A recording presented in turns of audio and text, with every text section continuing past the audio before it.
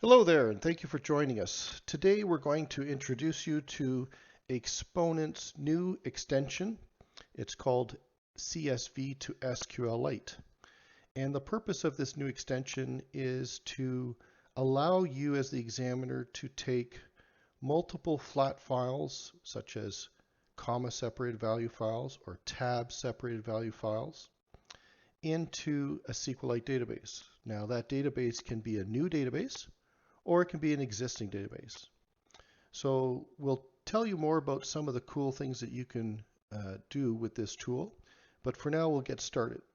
So here we have X-Ways Forensics. We have it opened, and we've simply added a directory that contains 3 tab separated value files that we've obtained from different places during our investigation. Now I have to tag these files before I run the CSV to SQLite extension. And next we go to the Tools menu, we click on Run Extensions, we select our Exponent library DLL, and we click OK.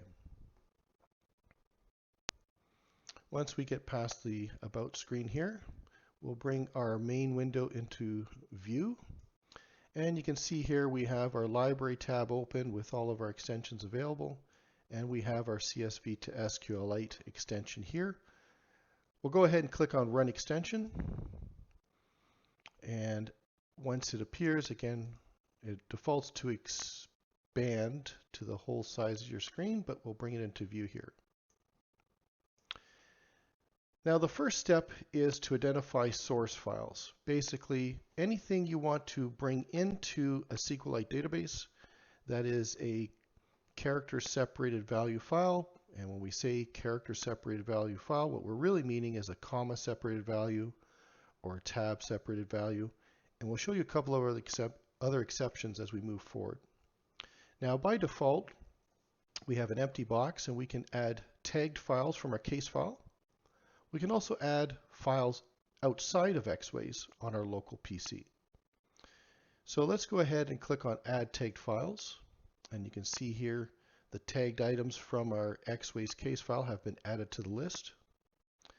And we can go ahead and also add other files we have on our local system. Now here in a temporary folder, we've collected some downloads, URLs, and visits. And these happen to come from a Google Chrome Internet history. So we'll go ahead and click Open, and these will be added to the list. Now, as we move forward, understand this, that the files can originate from different locations on your computer. However, if they happen to have the same file name, then we will see a conflict here. Let me just give an example. Let's say I add downloads a second time. You'll see it appears twice. Now I could do a couple of things. I can remove the file by check marking here and click Remove. Or I can edit the table name and just put something different, downloads 2. So this gives you the flexibility to avoid collisions. If you have, let's say, call logs, and you've organized call logs into different subfolders, you want to bring it all in, but you want to avoid collisions. That's what the purpose of editing the table name is for. For now, let's go ahead and remove that from the list, and we'll continue to the next step. Now we can here create a new database, or we can append to an existing database. Now, the second option might be helpful if you're building a library of evidence into one single file, or you can just go ahead on the first pass and create a new database. So here, let's call this target, and we will click Save. Now the next step has to do with parsing options. The first thing that's important to know is that the first row of every single file that you're importing must contain a header row, meaning the names of all the columns. Those column names have to be separated by the same character as all the records in your file. As we look down further on the page, we see Select Delimiter. Now, when we talk about comma separated value files, we typically think of commas. For the purposes of describing our extension, we refer to CSV as a character separated value file. And the reason for that is simple. CSV files typically can be anything such as a comma. It can be a semicolon, as you can see here. It can be even a pipe character. Now, the whole purpose behind creating CSV files, and when I say CSV files, I'm including all of these types of formats. The purpose is to separate records with unique characters. Now, the reason why this extension defaults to a tab for a delimiter is very simple. It's quite often that record data or cell data in a table, such as a spreadsheet, may contain commas. They may also contain semicolons. They may also perhaps contain a pipe value. So we recommend and we default to a tab because a tab will ensure compliance with the import process. Now I'll say one more final thing before we move on. There is something called encoding, and by default CSV files are encoded in plain ASCII. A lot of database tools such as give you a DB Explorer, SQLite Expert Professional, and any other SQLite database management tool will give you the ability to export data from an existing database. Excel, for instance, the spreadsheet workbook app by Microsoft, will also give you the ability to export table data, and you can choose the encoding. Now, we recommend UTF-8 because it's compliant with SQLite and it's compliant with Internet Artifacts. So that being said, you've now heard the reasoning behind selecting your delimiter and the encoding type. Let's move on to configuring data types, and we'll just say this. Because CSV files are by themselves, by nature, plain text, it stands to reason that all the data from a plain text file going into a SQLite database will default, in fact, this is the way we've written the code, will default to a text data type in SQLite. Now, what if you have a number? It could be a measurement. It could be a distance. It could be a percentage. It could be an age. It could be a dollar value. These are numeric values, and when you're wanting to explore data in a SQLite database and you're writing a query, you may want to write conditional statements such as greater than or less than or between. Those can't be evaluated by data that is stored as text or string values. So it becomes important afterwards to consider changing the data types. And we show you how to do that, and we make that possible by a new feature we've added to the SQLite Explorer extension that we released earlier this year. Now that I've said that, let's continue with the importing of the records. We can see here we've successfully imported our records. We can go ahead now and close the Exponent library, and we can go ahead and close Xways. Next, we'll open up Windows Explorer, and we can locate our target database, and we can see that it's there and it contains some values. So let's take a look at that now in our SQLite Explorer extension. So we go back to the Tools menu, we run our extensions, and this time we are going to select the, where is it here? Let's take a look. Our SQLite Explorer extension. So we'll go ahead and run that. And we'll give it a moment. We'll bring this into view.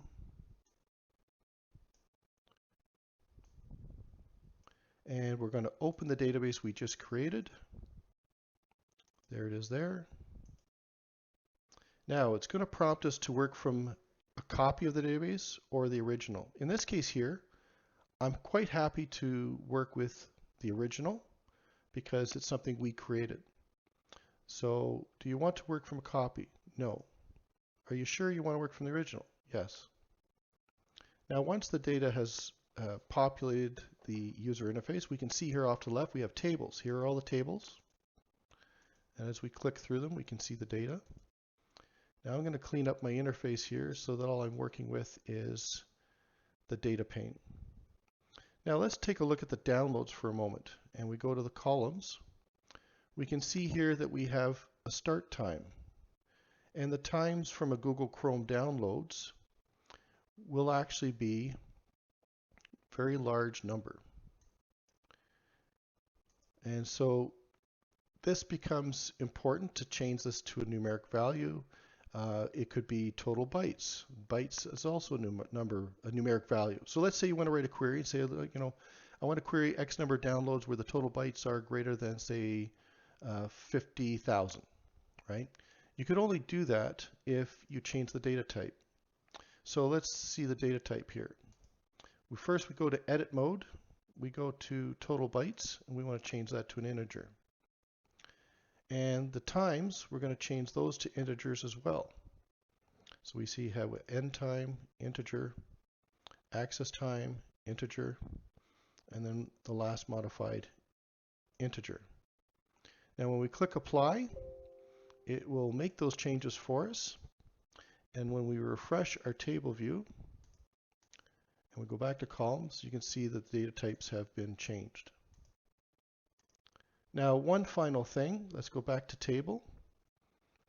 And we break open the downloads table. We can see here that we have our columns. Now, one of the things that is annoying when dealing with Google Chrome timestamps or timestamps in general, especially if they're Unix based, is the fact that they don't represent proper dates. One of the greatest features we've added to the SQLite Explorer extension is the ability to convert these timestamps to true readable time formats. So to accomplish this, we just simply have to check off the database, or sorry, the table. So we selected off the downloads table, and right here, this icon here, we can convert it to a new timestamp column.